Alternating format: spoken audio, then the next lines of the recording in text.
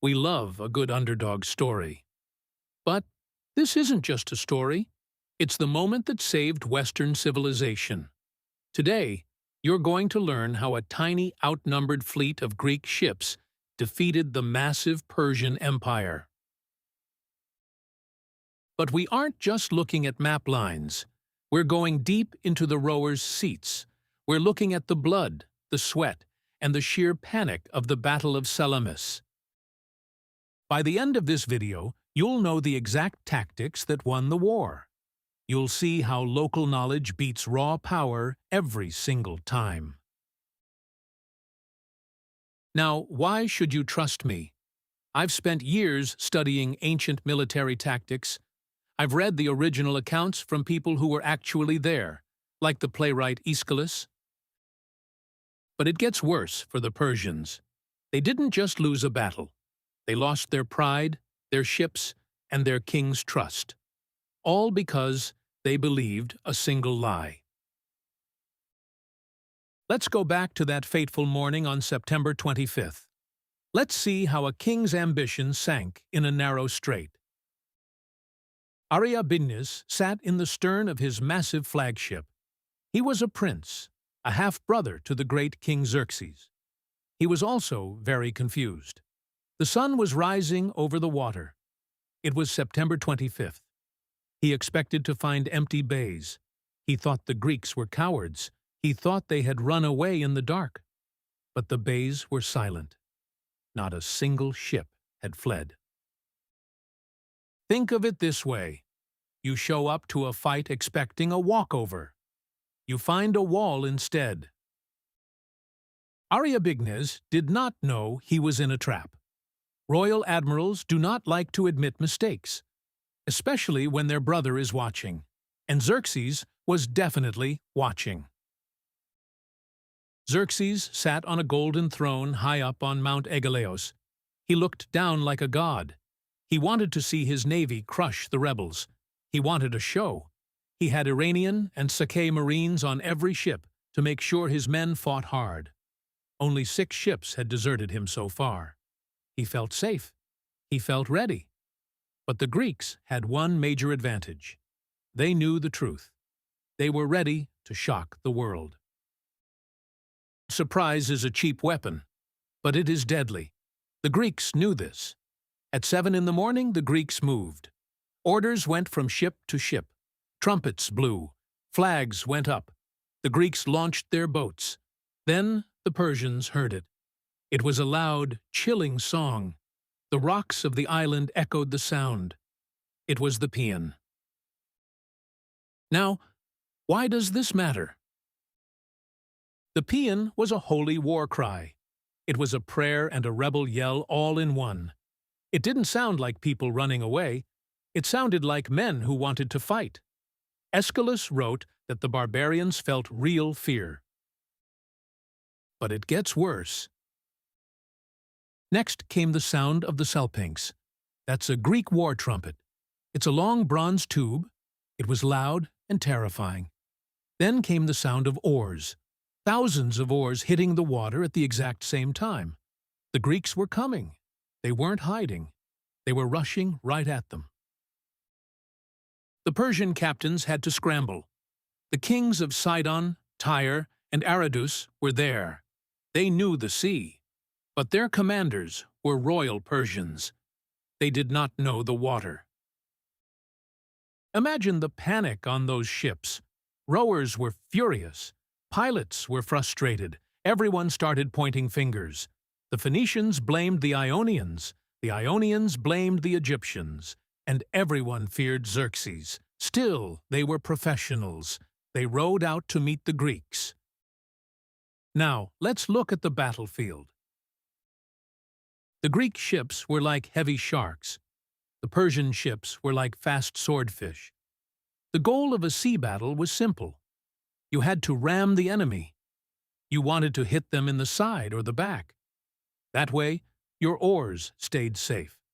If you hit them head-on, you risked breaking your own ship. The Greeks lined up their ships between 2 points of land. This protected their sides. The Persians couldn't get around them. The Persians had more ships, but they were packed too tight. Here is the catch. When the battle started, the Greeks did something strange. They started backing up. The Greeks rowed backward. It looked like they were losing their nerve, but they were just closing their ranks. They were drawing the Persians into a tight space.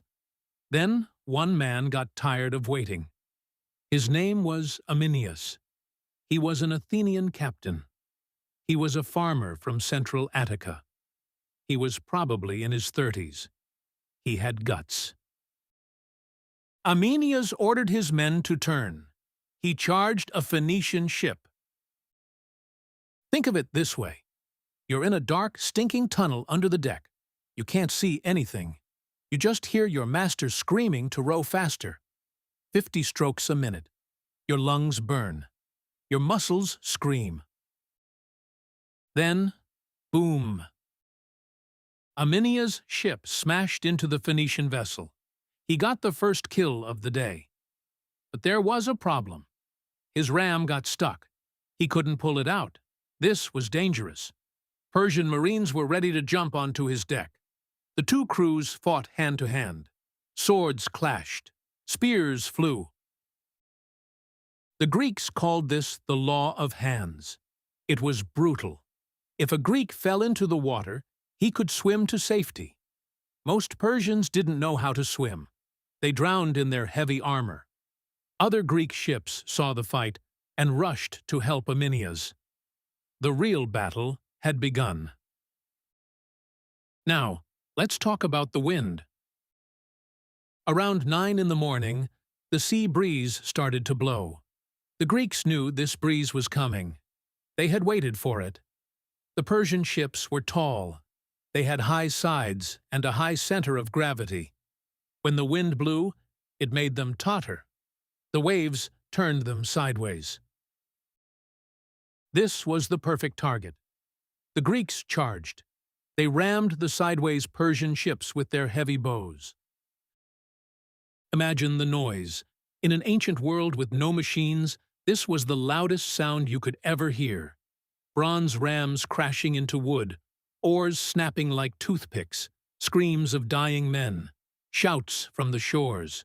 The hills echoed everything. The Phoenician line started to fall apart. Their fast ships were useless in the tight space. They ran into each other. Here is a quick reset for your brain. Have you ever been in a traffic jam where everyone starts bumping into each other? That was the Persian Navy. The Phoenicians turned and fled. Some swam to shore, others sailed away. But on the other side of the battle, the Ionians were still fighting hard. They knew Xerxes was watching them. They didn't want to fail their king. Xerxes watched everything from his golden throne. He was furious. Some Phoenician survivors came to him on land. They blamed the Ionians. They called them traitors. But then, right in front of the king, a Greek ship fighting for Persia did something amazing. A Samothracian ship rammed an Athenian ship. Then, an Aeginetan ship rammed the Samothracian. The Samothracian marines jumped onto the Aeginetan ship and captured it. They were Greeks, but they fought for Xerxes. This proved the Phoenicians were lying. Xerxes lost his temper. He had the Phoenician accusers hauled away. He ordered his guards to cut off their heads. He was tired of excuses. But his anger couldn't save his fleet. His half-brother, Ariobaegnus, was still in the middle of the fight. He was a prime target. He fought on a grand flagship. Every Greek ship wanted his head. In ancient times, if the leader died, the army gave up. The Persian military was built on obedience to the king's family. Without their prince, they had no plan. Ariobaegnus was killed in the chaos. His body drifted in the water. The great Persian navy was broken. They had expected an easy win. Instead, they got a watery grave. After the battle, People couldn't believe what happened. How did a small fleet beat the biggest navy in the world? Many Greeks believed it was a miracle. They said a ghostly woman appeared in the sky. She screamed at them to stop backing up and start fighting. Others saw a bright light shine from the hills. They heard ghostly voices marching. They even claimed to see ancient heroes rising from their graves to protect the ships. Maybe it was just the sun tricking their eyes. Maybe it was the smoke and the terror. But the real miracle was simple. It was preparation. It was knowing the land. It was using the wind. The Greeks didn't just win a battle. They saved their freedom. They showed that a free people fighting for their homes will always have an edge over an army of slaves. It was a lesson the Persian Empire would never forget. If you want to see how the Greeks used this massive victory to completely rebuild their civilization, you should watch our next video on the Golden Age of Athens. It shows exactly what happened when the Persians finally went home. Click the video on your screen right now to see the next chapter of this incredible story.